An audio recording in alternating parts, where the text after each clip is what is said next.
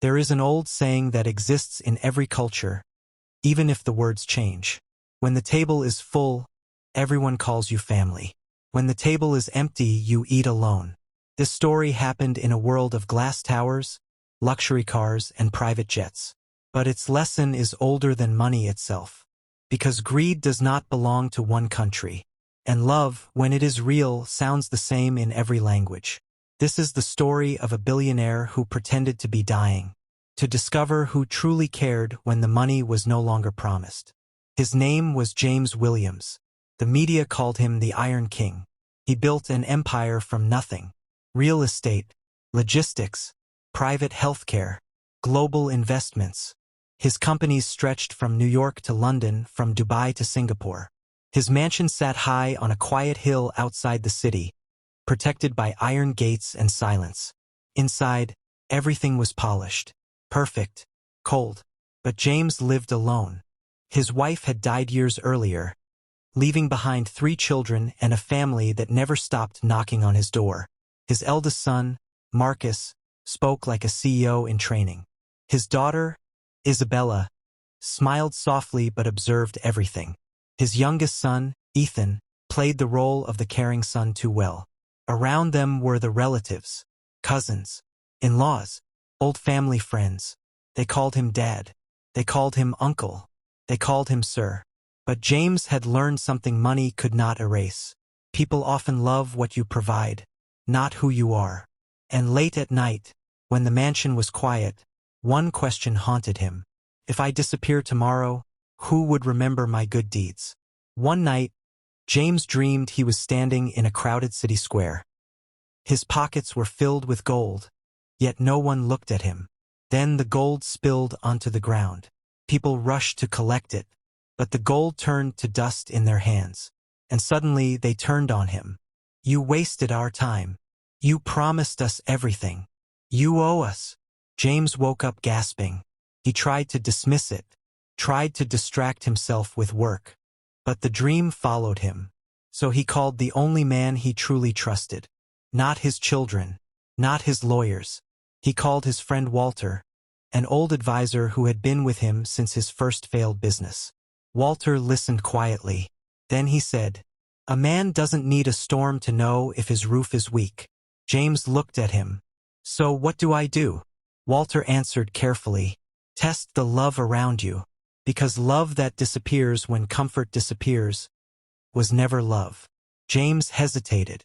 "And if the truth destroys my family?" Walter replied, "Then it was already broken." That night, James made his decision.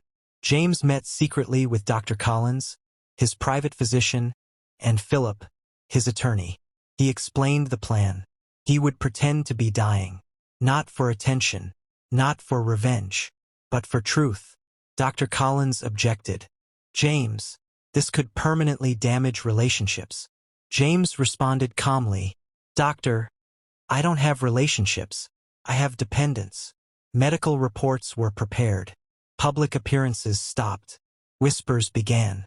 James began to appear frail, weak, vulnerable. Then he summoned his children and close relatives to the mansion. When he entered the room leaning on a cane, the air changed. "My heart is failing," he said quietly. "The doctors say time is short." Silence. Then reactions. Marcus stood first. "Dad, money can fix this. We'll fly you to Switzerland. Best doctors." But his eyes kept drifting toward the attorney. Isabella covered her mouth. "Oh my God!" Her voice trembled. Her tears did not fall. Ethan rushed forward, gripping James's hand. "Dad, please don't leave us." Then he whispered, "Have you finalized the will?" James felt something break inside him. The relatives followed.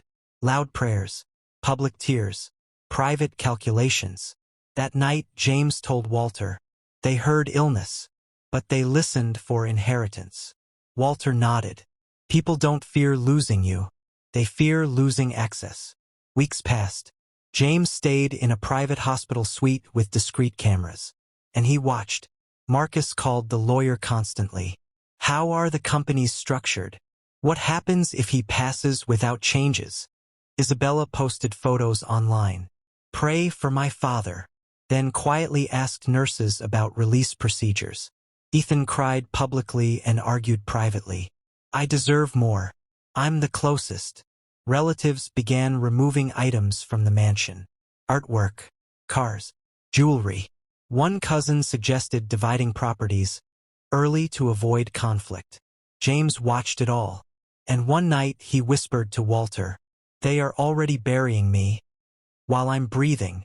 Walter answered softly, "When wealth feeds character too long, it replaces it." There was one person who behaved differently. Her name was Sophia. She was James' late wife's younger sister. Quiet, modest, rarely seen. When she heard the news, she arrived with a small suitcase and stayed. She didn't ask questions, didn't make calls, didn't post anything. She sat by his bed, held his hand, spoke gently. One night, James intentionally dropped his water cup, messing the whole floor up. Sophia picked the cup up and cleaned the floor without being angry at him. Then she said, "You're still family to me, even with all this." James turned his face away, hiding tears, because in that moment he learned the truth. James told the doctor and lawyer, "Tomorrow tell them I'm gone." The next day, the doctor invited James' family members to his office and broke the news of his demise. The family reacted instantly. Marcus called the attorney. Isabella demanded control of accounts. Ethan took charge of funeral plans. Arguments broke out before grief even settled. But Sophia sat quietly in a corner and cried. Real tears. "I promised my sister I'd look after him," she whispered.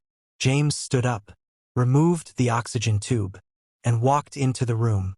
The room froze when they saw him. Some people screamed. Some people fell back. Ethan stammered, "Daddy?" "But we heard." James lifted a hand. "Enough." His voice was strong now. He looked at them one by one, like a king judging thieves. "I did not pretend to be dying because I hate you," he said. "I did it because I wanted the truth." He turned to Marcus. "You loved my money more than my life." He turned to Isabella. "You turned my sickness into content." He turned to Ethan. "You prayed for my death with your mouth closed." Relatives began to cry and apologize. But James was not moved. He raised the lawyer's document. "This is my new will." Everyone leaned forward, hungry. James continued, "I have created a foundation in my wife's name. Half of my wealth will go to widows, orphans, and scholarships for children who will not have to beg like I once begged." The relatives gasped. He looked at his children. "The rest, you will not receive it easily." They swallowed. "You will work. You will learn humility. You will earn salaries like ordinary people. If you prove you can be humans before heirs, then you will be trusted with more." Then he turned to Sophia. "And you?" Sophia tried to speak, but tears blocked her words. James said, "You stayed when there was nothing to gain, so you will lead the foundation, because you have the heart my wealth needs." Silence filled the room. Then Walter said softly, "When the mask falls, the face is revealed. And so remember, not everyone who calls you family is family. Some only recognize you when you are useful. Money attracts many voices, but hardship reveals the real ones. If this story touched you, share it, because one day every person will learn.